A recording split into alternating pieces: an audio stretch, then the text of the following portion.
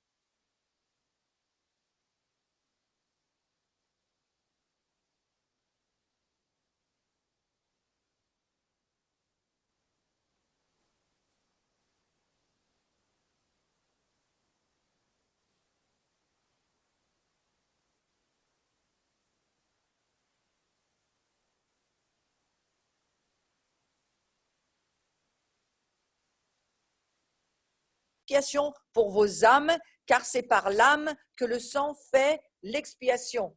Donc nous comprenons que lorsque Jésus a donné sa vie, c'est pas seulement que nous naissons de l'esprit, mais c'est qu'il donne son âme à l'humanité pour que l'humanité puisse trouver un salut, pas seulement de son esprit, mais de son âme. Votre volonté, vos émotions, vos pensées, votre intelligence, votre corps, tout va être possibilité d'échange avec ce qui s'est passé sur la croix. Je vous rappelle que la croix est un échange et que Jésus nous donne ce que nous prenons. Jésus nous donne tout, mais si nous ne prenons pas les choses, nous ne les aurons pas. L'autorité doit s'exercer. Donc aujourd'hui, la puissance du sang, c'est de comprendre que par la foi, nous prenons l'héritage qui nous a été promis. Ça, c'est une toute petite introduction. Donc, on va continuer sur la règle qui est la suivante, une âme à la place d'une autre âme. Quand un être humain pêche, son âme devient impure. L'âme qui est représentée par le sang, vous voyez, l'âme est dans le sang. Donc, lorsque vous voyez du sang, pensez qu'on est en train de parler de l'âme humaine, mais aussi de l'âme du Christ. Parce que Christ, 3 fois dans le chapitre d'Ésaïe 53, Jésus dira « J'ai donné ma vie », mais c'est très mal traduit en français. En hébreu, « J'ai donné mon âme ». 3 fois, Jésus a donné son âme. Et comprenons que l'âme, qui est représentée par le sang, est ensuite donnée pour faire l'expiation pour l'âme pécheresse, pour purifier l'âme, pour payer le châtiment. L'âme impure, passible de la peine de mort, est sauvée, rachetée par la mort de l'âme innocente. C'est ce que Jésus a fait pour nous. Il nous a rachetés de façon à ce que notre âme aujourd'hui, Satan ne puisse plus rien revendiquer de nos âmes. Finalement, l'âme d'un être humain juste est réclamée pour compenser l'âme d'un être humain pécheur. C'est ce que Jésus a fait pour chacun d'entre nous. Les sacrifices d'animaux de la Torah ne sont que symboliques. Ils nous invitent à regarder au sang de Yeshua, au sang de Jésus. L'âme d'un animal ne peut pas faire l'expiation de l'âme d'un humain. C'était simplement une époque de transition de grâce, le fil rouge de la grâce tout le long du Premier Testament et puis du Nouveau Testament. J'aime mieux dire ça parce que l'Ancien Testament, il est toujours vrai. Alors, on va dire le Premier Testament. Et puis, le Nouveau Testament. Tout le long du Premier Testament ou de l'Ancien Testament, il y a un fil rouge de grâce, de miséricorde, où Jésus viendra, lui, une fois pour toutes, donner son sang. Donc, le sang de l'animal symbolise le sang du juste Messie, qui, effectivement, a fait l'expiation pour nous. Une âme à la place d'une autre âme ou une âme pour une autre âme, parce qu'il y a véritablement échange à la croix. Cet échange est offert gratuitement par grâce à chaque personne qui reçoit le prix payé pour sa propre âme. Moi, personnellement, dans ma vie, j'ai eu besoin d'un sauveur pour mon âme. Mon âme était angoissée, rejetée, en mal-être perpétuel, jusqu'à ce que je puisse recevoir la vie, c'est-à-dire l'âme de Jésus. Pas seulement l'Esprit Saint, mais l'âme du Christ. Il vient me donner par son sang, son âme pour que je puisse vivre. De cette manière, une âme est sauvée par le sacrifice du sang. Le sang n'est pas seulement le sacrifice qui permet à une âme d'entrer dans l'alliance avec Dieu. C'est le sceau qui garde et protège l'alliance. Vous voyez, le sang, c'est pas seulement, on dit, c'est le sacrifice qui nous fait rentrer dans l'alliance. Oui, ça c'est le point numéro 1. Oui, le sang nous fait rentrer dans l'alliance, c'est sûr. Et Dieu est un Dieu d'alliance. Sans alliance, il n'y a pas de possibilité de vivre avec Dieu. C'est Dieu qui est l'initiateur de l'alliance. C'est toute l'histoire du mariage, même dans notre vie humaine. Le mariage ne peut se faire qu'au travers d'une alliance. Pas d'alliance, pas de mariage, pas de relation. Et pour Dieu, c'est comme ça. Mais ce n'est pas seulement ça. Le sang, c'est le sceau qui garde et protège l'alliance. Le sang couvre l'alliance, protège l'alliance. Et vous allez voir jusqu'où on va aller dans la révélation de cette parole. Donc, c'est l'alliance ultime. Il est question de la présence du sang dans cette alliance ultime qui nous indique qu'une personne a perdu sa vie. Lorsque nous voyons alliance ultime, nous savons qu'il y a quelqu'un qui a dû donner sa vie dans les sacrifices, dans le passé, dans l'Ancien Testament. Il fallait tuer un animal, il fallait qu'une vie donne son âme. Et c'était en préfiguration de ce que Jésus allait faire. Une alliance de sang, c'est le type d'alliance le plus fort parce que le prix en jeu relève de la vie et de la mort. C'est un engagement total, donc c'est une alliance de sang, elle est totale. Il faut une mort, il faut une vie, on ne peut pas voir les choses autrement. Le sang permet à ce que l'alliance ait lieu et le sang est réclamé si l'alliance est rompue. Si tu rompais ton alliance avec quelqu'un, on te demandait ta vie. Et c'est exactement la même chose pour nous avec Jésus. Dans le cas de notre nouvelle alliance avec Yeshua, avec Jésus, la puissance du sang est pour le bien et pas pour le mal. Mais vous savez qu'il y a des alliances de sang pour le mal, avec le malin. Et ça, je n'en parlerai pas, ce n'est pas mon sujet. Mais il n'a fait que copier la puissance et l'incroyable engagement que lui, il a offert pour nous, pour qu'on soit sûr que le sang, l'âme de Christ couvre et tient l'alliance que Dieu fait avec tous les hommes. Donc nous entrons dans une alliance de sainteté, de vie, de guérison, de joie, de paix, c'est formidable. La nouvelle alliance implique aussi un engagement total qui relève de la vie et de la mort. C'est un engagement extrêmement fort. Les enfants d'Israël ont mis du sang sur les poteaux et le linteau pour montrer quoi? Qu'est-ce que ça signifiait ce sang? Qu'ils avaient obéi à Moïse puis qu'ils ne comprenaient rien, mais pas du tout, ils savaient très bien. Ils savaient tous que s'ils mettaient le sang sur les linteaux, le sang sur les portes, qu'est-ce qu'ils faisaient? Ils savaient qu'ils avaient choisi de faire partie de l'alliance et que ce sang couvrait leur alliance avec Dieu. Vous m'entendez bien? Vous avez déjà entendu cette parole? Que ce sang représente la garantie pour l'alliance. Ce sang couvrait l'alliance. Eux, ils étaient le peuple de l'alliance. Et ils savaient que l'alliance, il fallait une mort et une vie. Il fallait du sang. Et quand Moïse a dit, mettez du sang sur vos linteaux, pour eux, c'était évident. Ah ben oui, on est le peuple de l'alliance. Et donc l'alliance, elle se fait comment? Au travers du sang. Lorsque vous vous mariez, où est l'alliance de sang? Ben, c'est lorsque l'hymen de la femme se brise et qu'il y a une alliance de sang qui se fait entre l'homme et la femme. C'est peut-être une petite comparaison. Donc le sang, c'était le signe qu'ils avaient reçu l'alliance. On le lit dans Exode 12, verset 13, un petit peu plus loin que le verset qu'on vient de lire. L'alliance les protégea ensuite de la mort et de la destruction. Vous voyez l'alliance comme elle est forte. Et c'est pourquoi dans ce temps où ce virus essaye de frapper, de tuer, de détruire tout ce qu'ils peuvent, nous, on est le peuple de l'alliance. Et chaque fois qu'on prend la communion, c'est exactement comme lorsque les Hébreux mettaient le sang sur les linteaux. Ils disaient, mais pas du tout, on est les enfants de l'alliance et nous, le sang, il nous garantit l'alliance. Faites un rapport entre le sang sur les linteaux, le peuple de l'alliance que nous sommes aujourd'hui et la table de la communion. C'est la même révélation. Il faut pouvoir dire à Satan, Satan, nous sommes le peuple de l'alliance. Le sang de Yeshua est sur nous. Tu peux plus nous détruire. Même si tu détruisais notre corps, tu ne détruirais pas notre vie spirituelle. Nous sommes ressuscités, nous sortons de Pâques. Nous sommes des esprits qui vivons, je vous l'ai lu dans le livre de Jean tout à l'heure, Jean 6, nous demeurons, nous vivons éternellement. Ça veut dire qu'il n'y a plus de puissance de mort sur le peuple de Dieu, frères et sœurs. Réalisons-le. Donc, je vais vous lire Exode 12, verset 23. Quand l'Éternel passera pour frapper l'Égypte et il verra le sang sur le linteau et sur les deux poteaux, l'Éternel passera par-dessus la porte et il ne permettra pas aux destructeurs d'entrer dans vos maisons pour frapper. Frères et sœurs, c'est encore bon pour aujourd'hui. Lorsque vous prenez la communion tous les jours, lorsque vous croyez par la foi dans le sang, dans le corps du Christ, mais dans le sang du Christ, quand vous savez ce que c'est que la puissance de l'alliance, vous savez que Satan est défait déjà à ce niveau-là. Donc, on voit que la Pâque, c'est une des fêtes de l'Éternel qui se passe au premier mois de Nissan.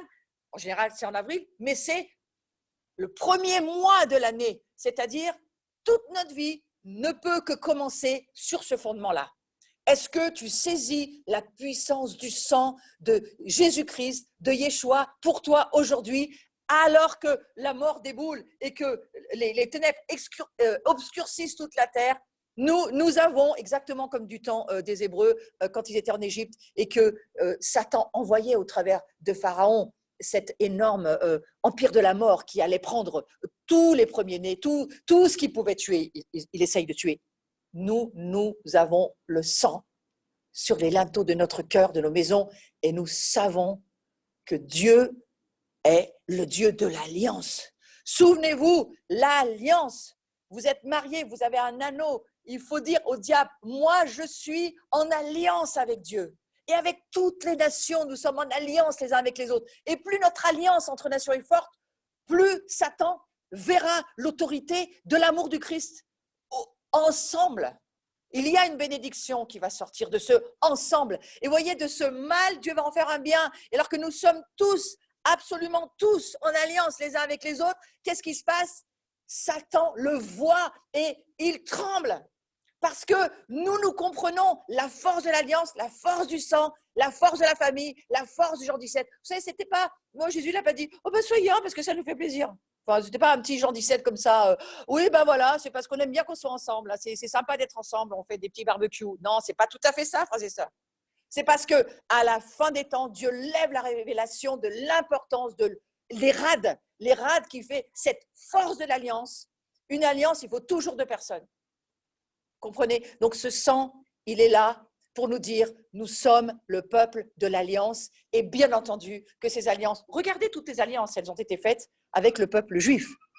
Donc forcément, Yeshua est juif. Et nous aussi, nous sommes en alliance avec cette famille-là. Donc on va voir rapidement les avantages du sang, parce que le sang a plein d'avantages, voyez-vous. Et alors on a reproché à Jésus, mais alors quoi, c'est en train de nous faire devenir des cannibales, on mange ta chair, on boit ton sang, quoi. Mais la Bible, elle est lue au niveau spirituel, frères et sœurs. Alors, le sang fait des choses très intéressantes. Une des premières choses, il marque le territoire, il montre la propriété. C'est la force de l'alliance. Regardez comment Satan veut détruire et éliminer de la planète le territoire d'Israël. Et une grosse partie de l'Église le croit en plus. Ouais. Alors que, non, L'alliance, elle te tient des habitants et un territoire. Et si tu relis, je n'ai pas du tout le temps ce matin, mais si nous relisons toute l'histoire de l'alliance de Dieu avec les hommes, et puis tout ce qui s'est passé avec Abraham, ensuite, on voit que la promesse qu'il donne à Abraham, tu auras la bénédiction, toi et ta terre. Et ta terre, c'est ma terre. Donc, il y a une force dans l'alliance. C'est comme un panneau indicateur. Le sang, il indique une identification, l'étiquette d'une marque, ou même comme un animal, vous savez, qui marque son territoire en urinant tout le long de la barrière. Eh bien, voilà, le sang, ça fait la même chose. Hein, c'est peut-être pas très joli comme image, mais je trouve que c'est bien parlant. Hein, parce que le chien, il sait où il marque son territoire. Et nous, nous devrions savoir que Dieu marque son territoire par la puissance du sang. Le sang donne le droit à Dieu de dire « cette personne et sa famille et sa propriété m'appartiennent ». Destructeur, tu n'as pas autorité à franchir cette ligne pour pénétrer cet endroit. Tu ne peux simplement pas parce que c'est à moi. Et si tu comprends ça, tu le pries et tu le crois et tu cesses de trembler pour ta maison. Alors, ça ne t'empêche pas d'enlever tes chaussures avant d'entrer chez toi du dehors. Hein. L'Orient le fait depuis des siècles parce que l'hygiène manquant, eux, ils essaient de garder l'hygiène à l'intérieur. Bon, bah, ça, c'est des règles d'hygiène. Il n'y a pas de souci là-dessus. Mais n'empêche qu'on doit comprendre cela. Pensez à la façon dont cela est puissant dans le combat spirituel. Nous déclarons que nous appartenons à Dieu au travers du sang de Yeshua, du sang de Jésus, ainsi que tout ce qui est en lien avec nous. Ce n'est pas seulement ma vie, mais c'est moi, ma génération, les 3, 4, 1000 générations derrière, c'est ma propriété, c'est mon jardin, c'est ma voiture. Tu ne touches pas. Parce que c'est Dieu qui le dit. Et il faut exercer son autorité au travers de ce qu'il dit. Donc Dieu dit à tous les démons qu'ils ne peuvent pas venir dans notre territoire pour nous faire du mal. Vous voyez, il peut venir en France, le diable, parce qu'il y a des portes ouvertes dans certains endroits. Mais sur les lieux Goshen, sur les lieux choisis, sur les lieux de Dieu, il ne peut juste pas. C'est pour ça qu'il nous interdit d'y retourner pour le moment. Mais ça ne va pas durer. Parce que le déconfinement va se faire, frères et sœurs, parce qu'on est intelligent. Et que, petit à petit, on est resté chez nous, on a obéi aux lois d'hygiène, on a fait tout ce qu'il fallait, mais le peuple de Dieu continue à dire, de toute façon, nous n'avons pas vraiment… Le Seigneur, il n'a pas fait un temple de main d'homme, même si on a besoin de certains locaux. Hein. Ah non, il a fait un temple spirituel. Donc là-dessus, ça, le diable ne peut pas toucher. Mais même ton territoire, même ta propriété, le sang marque les biens et les ressources que Dieu t'a donnés. Donc, nous devons absolument le croire. Si nous croyons dans la puissance du sang de l'Alliance, aucune force démoniaque ne peut franchir la frontière qui entoure notre territoire. Alors, ton travail, tes ressources, ce que Dieu te donne, tu dois déclarer cette année de la bouche, cette année de Pessah, déclarer les œuvres de Dieu, les œuvres que Dieu a fait pour toi, c'est quoi? Eh bien, son sang, il te protège, il te garde. C'est le sang d'une alliance éternelle et c'est Dieu qui est le Dieu de l'alliance. C'est lui qui tient l'alliance, c'est pas toi, mais il faut lui rappeler que tu y crois. Donc, ce sang, il nous permet aussi de vivre selon les règles de l'alliance, ouais, et de recevoir les bénédictions de l'alliance. C'est ce que je suis en train de dire. C'est nous avons été tirés des afflictions, de la pauvreté et des malédictions de l'Égypte et amenés dans la terre promise de lait et de miel. Vous savez que le nom Égypte, ça veut dire le détroit de la tribulation. Ouais. Donc, c'est l'endroit où le goulet se resserre, mais c'est aussi l'endroit par lequel on doit passer. Ça représente aussi la croix d'une certaine manière, pour pouvoir ensuite rentrer dans les bénédictions. Et il faut traverser ce goulet, et c'est ce que représente aussi l'Égypte. Hein, la Pâque, c'est ça, ils devaient partir en vitesse, ils n'avaient pas le temps de faire lever le pain. Bon, ben voilà, on y va, on est prêt. Et nous aussi, on est prêt. Parce qu'on est prêt pour aller dans ces derniers jours où Dieu nous emmène et où la force du sang va être pour nous une protection extraordinaire. Le sang vous marque comme un récipient destiné à recevoir les bénédictions. Dites avec moi, moi je suis un récipient destiné à recevoir les bénédictions. Moi je suis un récipient destiné à recevoir les bénédictions et je ne suis pas fait pour transporter les malédictions. Donc quand je me promène dans la rue, les virus, ils meurent, moi j'avance. Ça ne t'empêche pas de mettre un masque, de faire attention. Tout, il faut être sage. Mais tu dois comprendre que masque et chaussures et gants ne t'empêchent pas de transporter la bénédiction. Et il faut absolument le croire. C'est un signe d'appartenance à un groupe de privilégiés, une famille royale. Nous sommes tous invités par grâce, par le sang de Yeshua, à devenir membres de sa famille de bénédiction. Depuis toujours, il s'est fait un peuple de sacrificateurs. Vous le savez, je le résume en quelques minutes parce que je n'ai pas le temps d'aller là-dessus. Mais nous sommes un peuple consacré, sanctifié. Nous allons arriver à Shavuot et Christophe l'a très bien expliqué dans le temps d'exhortation. Nous sommes les prémices, un peuple de sacrificateurs choisis. Pourquoi faire? Parce qu'il y a une autre grande moisson que Dieu attend. Il veut récupérer toute sa famille. Il ne veut pas seulement un peuple qui s'est choisi. Regardez, Israël, il a mis à part Israël pour que les nations puissent découvrir la révélation du Messie. Il les a aveuglés pendant un temps pour des tas de raisons, mais simplement parce qu'aujourd'hui, nous avons aussi eu droit aux alliances, droit au sang, droit à la communion, droit à tout ce qui nous était interdit auparavant. Donc, nous sommes devenus ce peuple de l'alliance avec les Juifs, bien entendu. Et aujourd'hui, c'est extrêmement important de comprendre. Je vais vous relire 1 Pierre 2, verset 9. Vous le connaissez par cœur, mais je vais vous le relire. Vous, au contraire, parce que je veux le poser sur nous dans cette saison, vous êtes une race élue, un sacerdoce royal, une nation sainte, un peuple acquis, afin que vous annonciez les vertus de celui qui vous a appelé des ténèbres à son admirable lumière. Nous sommes appelés pour ça, frères et sœurs. Nous sommes appelés pour être la lumière, pas pour parler des ténèbres toute la journée, mais pour être la lumière dans les ténèbres qui, de toute façon, vont, eux, grandir. Mais la lumière va surenchérir forcément. Et vous qui autrefois n'étiez pas un peuple, vous voyez, on n'était rien, on n'était pas un peuple. Maintenant, vous êtes le peuple de Dieu. Donc, nous sommes le peuple de l'Alliance. Nous avons droit à la puissance de ce sang exactement comme Israël. Mais Israël y a droit aussi. Israël a aussi son reste messianique. Et c'est ensemble que nous allons avancer pour que nous puissions faire voir au monde que nous nous aimons, qu'il y a un Dieu d'alliance qui cherche à donner son sang pour couvrir un maximum de gens qui ne le connaissent pas. Et c'est aussi pour ça que nous prions. Et vous qui n'aviez pas obtenu miséricorde et qui maintenant avez obtenu miséricorde, frères et sœurs, nous avons obtenu miséricorde grâce au sang. Donc le sang nous donne la miséricorde. Le sang fait de nous le peuple de l'Alliance, pas en remplacement, mais avec le peuple de l'Alliance. Autre chose très importante, il nous influence de l'intérieur. Le sang de Yeshua purifie notre âme et parle à notre conscience. C'est ce que dira Hébreux 12 au verset 22 jusqu'au verset 24. Je vous en lis un petit bout. Vous vous êtes approchés de la montagne de Sion, de la cité du Dieu vivant, la Jérusalem céleste, des myriades qui forment le cœur des anges, de l'assemblée des premiers-nés inscrits dans les cieux, du juge qui est le Dieu de tous, des esprits des justes parvenus à la perfection. Voilà, vous voyez, on s'est approché. Et ensuite, au verset 24, on s'est approché de quoi? De Yeshua. On s'est approché de Jésus, qui est le médiateur de la nouvelle alliance, et du sang de l'aspersion qui parle mieux que celui d'Abel. Le sang de Christ, le sang de l'alliance, c'est le sang qui couvre l'alliance, qui garantit l'alliance, qui dit cette alliance-là, personne ne peut faire quoi que ce soit sur elle. Parce que Christ, c'est lui qui est le sang. Et il a donné son âme pour nous. Donc c'est extrêmement fort. On voit un petit peu plus loin que le sang de Yeshua exerce une influence spirituelle interne et continue. Vous voyez, c'est intérieur, ça nous dirige, ça nous emmène, ça nous change de caractère, ça nous amène le fruit de l'esprit. C'est pas par nous-mêmes qu'on peut y arriver. C'est simplement parce qu'en vivant dans la présence de Dieu, en vivant dans l'intimité avec Dieu, dans l'adoration, on est transformé de gloire en gloire. Donc c'est cette influence spirituelle interne, continue, qui fait que nous sommes guidés par son conseil intérieur et son inspiration morale. Nous sommes des gens moralement inspirés, pas seulement spirituellement, mais moralement. Notre âme change de gloire en gloire. Il y a un peuple de Dieu qui parle que de l'esprit, mais l'âme est importante. Dieu nous veut doux, humble de cœur. Dieu nous veut comme Jésus. Jésus s'est incarné pour nous montrer qu'il a une âme et que cette humanité-là, il est en train de la transformer au travers de la puissance du sang.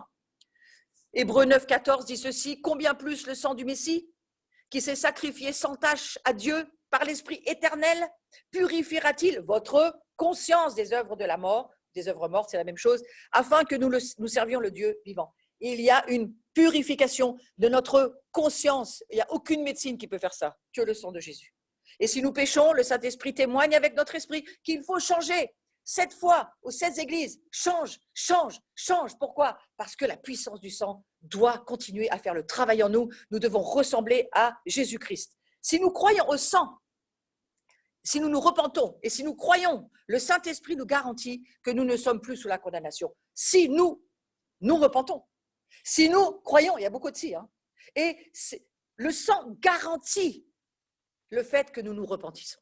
La repentance amène au travers de notre cœur, de nos paroles, de notre décision de ne plus vouloir être comme nous étions et de vouloir nous aligner sur ce que nous sommes en vrai au travers de Jésus-Christ. C'est toute l'histoire de notre identité. À partir de la révélation de notre identité, alors le Saint-Esprit nous garantit que nous ne sommes plus sous la condamnation. Et c'est Romains 8 qui nous le dit au verset 1. Il n'y a plus aucune condamnation maintenant pour ceux qui sont dans le Messie Yeshua, et qui marche non selon la chair, mais selon l'esprit. Donc si nous croyons au sang, nous sommes sauvés. Nous passons dans l'alliance de la grâce. Comment voulez-vous aujourd'hui qu'on vienne nous dire qu'il y a un Dieu qui juge et qui frappe son peuple, alors que nous sommes passés dans l'alliance de la grâce? Nous sommes sur le chemin de la grâce et sur le chemin des bénédictions. Mais comment pouvons-nous être bipolaires à ce point? Ce n'est pas possible.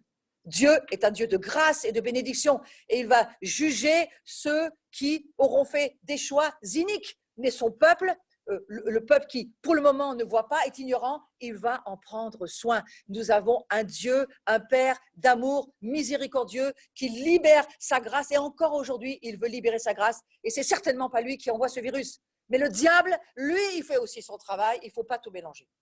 Donc, en résumé, on va voir que cette alliance de sang nous offre ces 3 avantages au cours de cette vie. On va les répéter ensemble, on va les dire à haute voix. Territoire marqué, les démons ne peuvent pas nous attaquer. Territoire marqué, les démons ne peuvent pas nous attaquer. Bénédiction restaurée, nous recevons toute la santé, la sagesse et la provision de Dieu sait si aujourd'hui, il faut vraiment le croire. Hein. Bénédiction restaurée. Et ensuite, conduite intérieure. Nous sommes conduits pour marcher dans la grâce et la pureté. C'est Dieu qui nous y conduit. On ne peut pas se sanctifier soi-même. C'est Dieu qui va le faire parce que dans l'alliance, il a promis que lui, il tiendrait l'alliance au travers de la puissance du Saint-Esprit.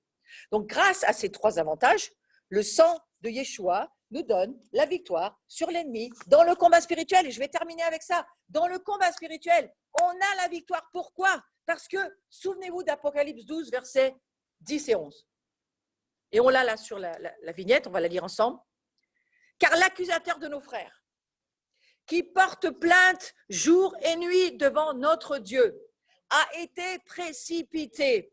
Et ils, c'est de nous dont il s'agit, ils l'ont vaincu à cause du sang de l'agneau et de la parole de leur témoignage et n'ont pas aimé leur vie jusqu'à craindre la mort. J'aimerais insister sur la parole de leur témoignage. Cette année, Pessah, l'année où nous sommes amenés à déclarer ce qui a été mis dans nos entrailles l'année dernière, ce que nos yeux spirituels ont vu et qui était on va dire, comme en gestation à l'intérieur de nous. Cette année, nous le mettons à la vie au travers de ce que nous déclarons. Donc, vous comprenez pourquoi Satan a amené sa force de frappe et ses mesures barrières pour qu'on puisse jamais y arriver. Mais nous, au travers du nom et du sang de Yeshua, nous devons déclarer, nous sommes le peuple de l'Alliance et le sang nous garantit l'Alliance et le sang nous garde dans l'Alliance et le sang prend soin de nous et le sang, c'est ce qui fait qu'on n'est plus de ce monde, nous appartenons à l'Alliance de Dieu et c'est ce qui nous fait sortir de la Pâque avec l'esprit de la résurrection pour pouvoir maintenant monter avec les psaumes et aller là où Moïse est allé chercher la Torah sur le mont Sinaï,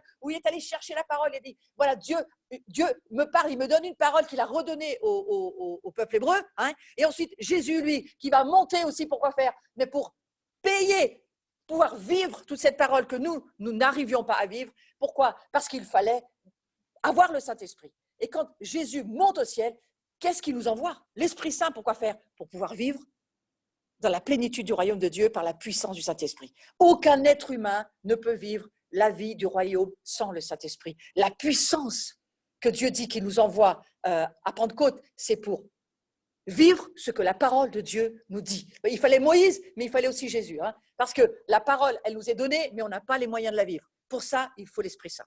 Donc, on va noter que l'accent est mis sur les attaques de Satan et liées à l'accusation. Vous voyez dans ce qu'on vient de lire, hein, il a été précipité, je reviens à Apocalypse 12, hein, il a été précipité, et si vous avez lu tout le chapitre 12 d'Apocalypse, vous savez que le diable est descendu avec une grande colère, et maintenant il vient pour détruire tous les élus, et s'il le peut, il va le faire.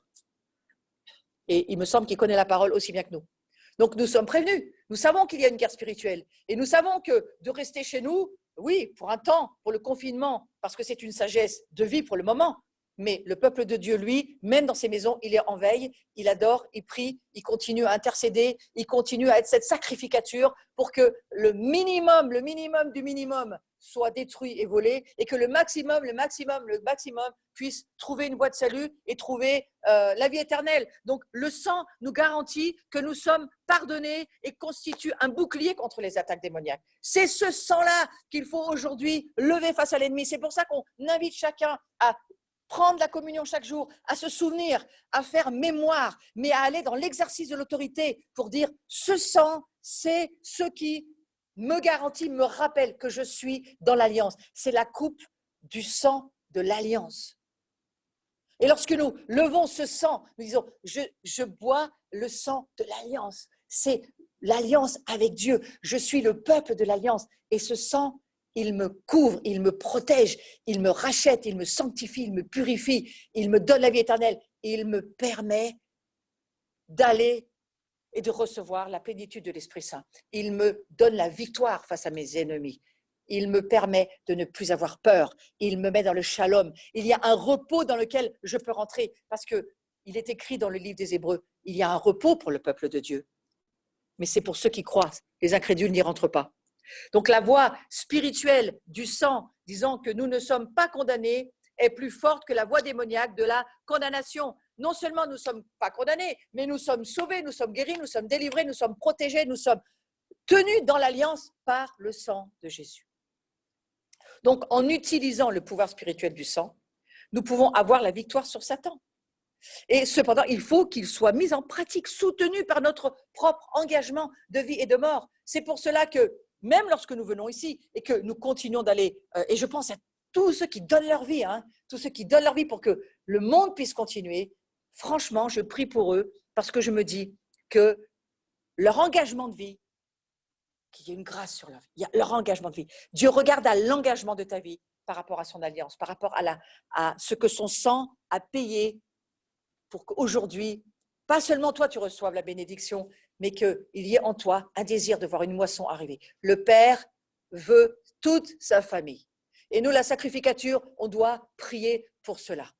Prier pour qu'il y ait des soignants qui puissent amener au dernier moment une parole, amener quelqu'un au salut avant qu'il s'en aille, avant que le souffle ne s'éteigne. Il faut absolument prier pour qu'il y ait une grande moisson d'âme, des choses que vous ne saurez jamais, mais qui se sont passées peut-être dans le dernier souffle.